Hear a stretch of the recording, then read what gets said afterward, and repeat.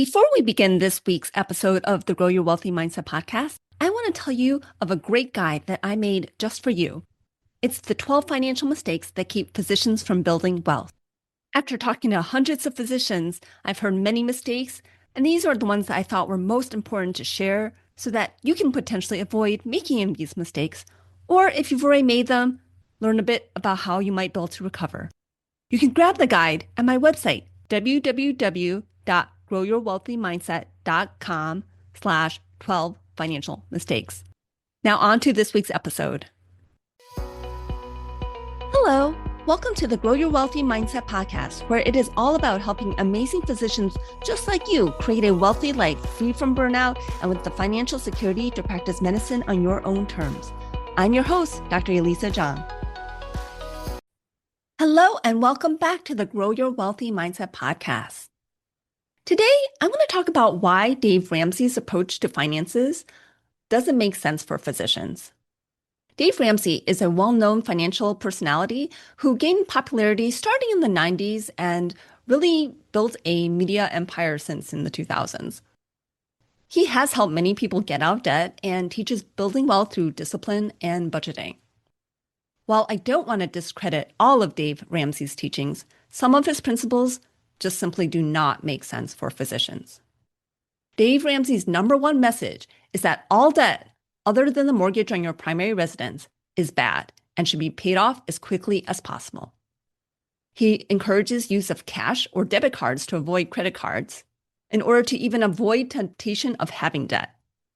Baby steps. His 7-step plan guiding people on how to manage their finances has step 2 as paying off all debt except for the home mortgage, prior to doing anything else with your money, including investing for the future. In my view, Ramsey increases the shame people feel about having debt, which I really don't think is helpful. Debt is a circumstance. It in itself is neutral. Debt is buying money to pay for something in the present, and the price you're paying to have that money is the interest. Borrowing in order to invest in assets can be a smart move that accelerates building wealth. The best example most physicians understand is borrowing money for college and medical school. According to the Social Security website, male college graduates earn approximately $900,000 more in median lifetime earnings compared to high school graduates. The difference among women college graduates and high school grads is less, but women with a bachelor's degree still earn $630,000 more than their high school diploma counterparts. Men with graduate degrees earn $1.5 million more in median lifetime earnings than high school graduates, whereas women with graduate degrees earn $1.1 million more. To back these statistics, they cite a publication that was published back in 2015, so these numbers may have changed somewhat, but there's no doubt that having higher education increases earning power. I'll have the reference to that paper in the show notes. Borrowing money for higher education to invest in ourselves leads to dividends that pay throughout our lifetimes. While some families are able to pay for their children's undergraduate education, or individuals are able to get full scholarships, many of us borrowed in order to get our bachelor's degree. I know I did. I did turn down a full ride at Ohio State University to attend the California Institute of Technology, otherwise known as Caltech, which is a private school. Even though it meant taking out 5-figure loans for my first year, I still think it was worth it. I'll admit, I can't say I fully understood the implications of taking out that student loan debt for my future at the time I did it. What I can say is that Caltech was my first choice school. I had applied early action, but wasn't accepted during that round and was later accepted during the standard admission timeline. Caltech was a top-ranked school. It was actually ranked number 1 in U.S. Business and World Report for undergraduate education. And while I would have gotten a great education at Ohio State University, I have to admit I wanted the prestige. I felt like it was an achievement to get into Caltech and to go to Caltech. I also really wanted to go to California. I went to a small high school where there was about 100 people in our graduating class, and I also preferred going to a smaller college than a big state school. Caltech's undergraduate population when I was there was around 900 people. which was still more than double the size of my high school.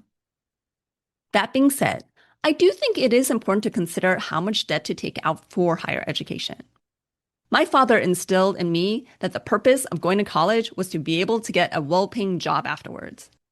To that end, my siblings and I all got engineering degrees. My sister had considered switching majors to fashion design. My father, likely seeing it as a risky career, told her that it was her life and she could do that, but he wasn't going to pay her college tuition if she did. At least that's my memory of the situation. He may tell it differently.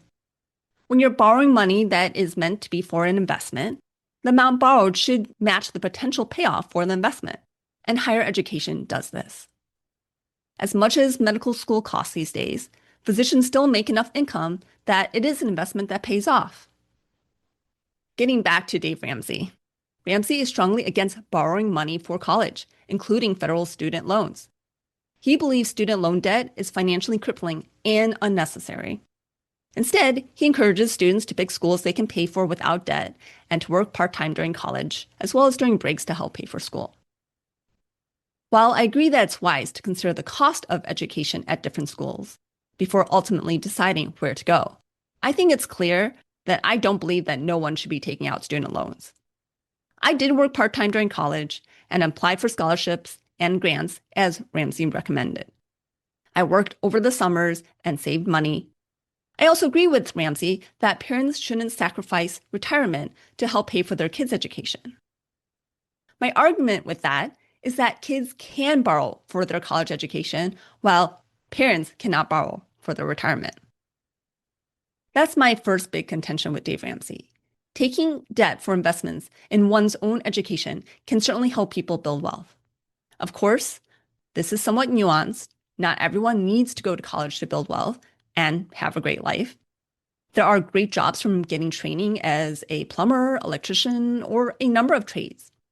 The richest people are entrepreneurs, and people don't necessarily need to go to college to be an entrepreneur. Bill Gates famously left Harvard before graduating and became the richest man in the world at one point in his life. Taylor Swift, who's extremely talented and started establishing her music career when she was still in high school, never went to college, though she has been granted honorary degrees. So I'm not saying college is the be-all, end-all, but I am saying that it can be worthwhile to borrow to go to college. The point is, many people benefit from taking out student loans if they do it in an intentional way, considering their earnings from their future career and the cost of their education. Consider each option, the scholarships and grants available, the loans that would be required, the experience of the education, and then make a decision regarding on where to go and how much debt to take on. This can be a lot to ask of a teenager, and this is where parents can really help teach their teenagers about the decision that they're making. The second contention I have is Dave Ramsey's philosophy of paying off all debt other than your mortgage prior to investing. Many physicians have massive student loans. However, it's possible that these loans are at a very low interest rate. When my medical school friends graduated in 2006, they could refinance their loans for less than 3%, basically at a cost close to inflation. I remember that my 5% federal Perkins loans couldn't be refinanced lower, and I did the medical science training program to avoid taking out debt for medical school, so I can't say why student loan debt could be financed for such low rates back then. But I will say that if your student loan debt is less than 3%, you definitely want to invest in retirement accounts before you completely pay off your student loans. While PSLF, Public Service Loan Forgiveness, is in a rocky state with the current administration in the White House, as well as the current state of Congress, those who are on track for PSLF are best off paying the least they can on their student loans. Why would you pay down loans that will be forgiven? PSLF was launched in 2007, so the first loans forgiven would have been in 2017. Though PSLF has had many issues over the years, I know many physicians who've had their loans forgiven through the PSLF program. Given our long training, by the time we're making intending income, we want to start investing for our retirement while also following a plan to discharge our student loans. Depending on the size of your student loan, as well as the interest rate and your work situation, it can make sense to aggressively pay off your student loans possibly even before investing for retirement.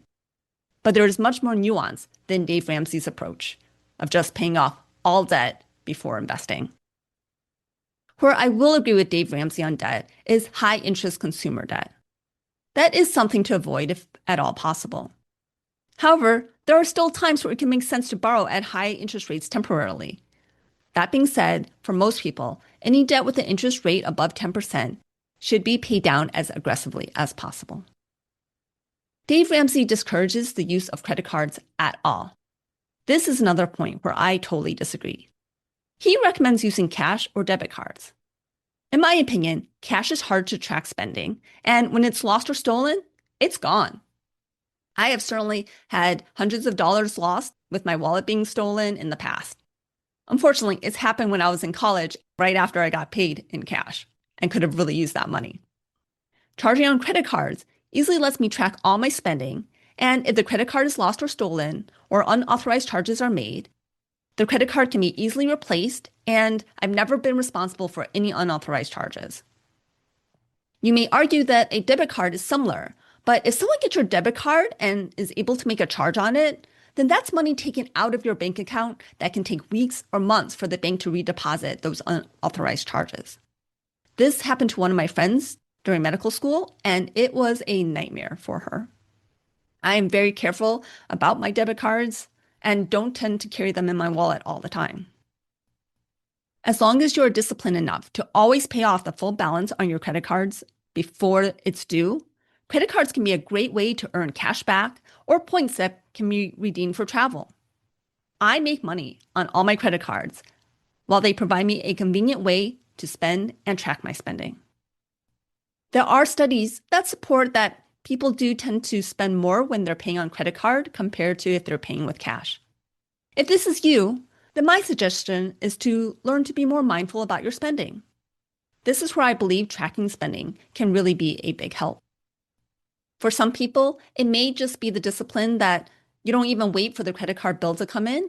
Anytime you charge on your credit card, you might go ahead and pay off that charge immediately. If you like using cash or debit cards, I'm not saying there's anything wrong with that, but I certainly think it's totally fine to use credit cards responsibly. One of the reasons I'm passionate about teaching finance to physicians is that we physicians really have a different financial situation than the general population. We tend to take on high amounts of debt and have a long period of training where we're initially not making anything as a medical student, then making some income as a resident, but also working crazy hours, and then suddenly having a really high jump in our income, but also potentially managing high levels of student loan debt. While there are other professionals that may also follow this trend, it's not generally the case for the general population of the United States. Many people who go to college enter the workforce afterwards and don't necessarily go to professional school. While many of the concepts in personal finance taught by gurus like Dave Ramsey may still apply to physicians, there are definitely those that just do not. Managing student loan debt for physicians is one where I do not recommend following Dave Ramsey's advice. I hope you enjoyed this episode, and I'm curious what you think. Have you been a follower of Dave Ramsey, and how has that worked for you? Do you have problems with debt and wish you never got into debt? I'd love to hear from you. You can send me any feedback you have about this podcast episode or any other episode of the Grow Your Wealthy Mindset podcast by emailing growyourwealthymindset@gmail.com. I'd love to hear from you. Have a great week, and I'll be back next week with another episode of the Grow Your Wealthy Mindset podcast. If you enjoyed this episode, I would love it if you could share it with your friends and colleagues. And now for the disclaimer. I am not a certified financial planner, accountant, or attorney, and nothing I say should be construed as professional investment, tax, or legal advice. This show is primarily for your education and entertainment. I am a physician, but I'm probably not your physician, so if you need any medical advice, please contact your own physician. Thank you. Don't forget to pick up your guide, 12 Financial Mistakes That Keep Physicians from Building Wealth. You can grab that guide at my website, www.growyourwealthymindset.com/12 financial mistakes. You'll also find that link in the show notes.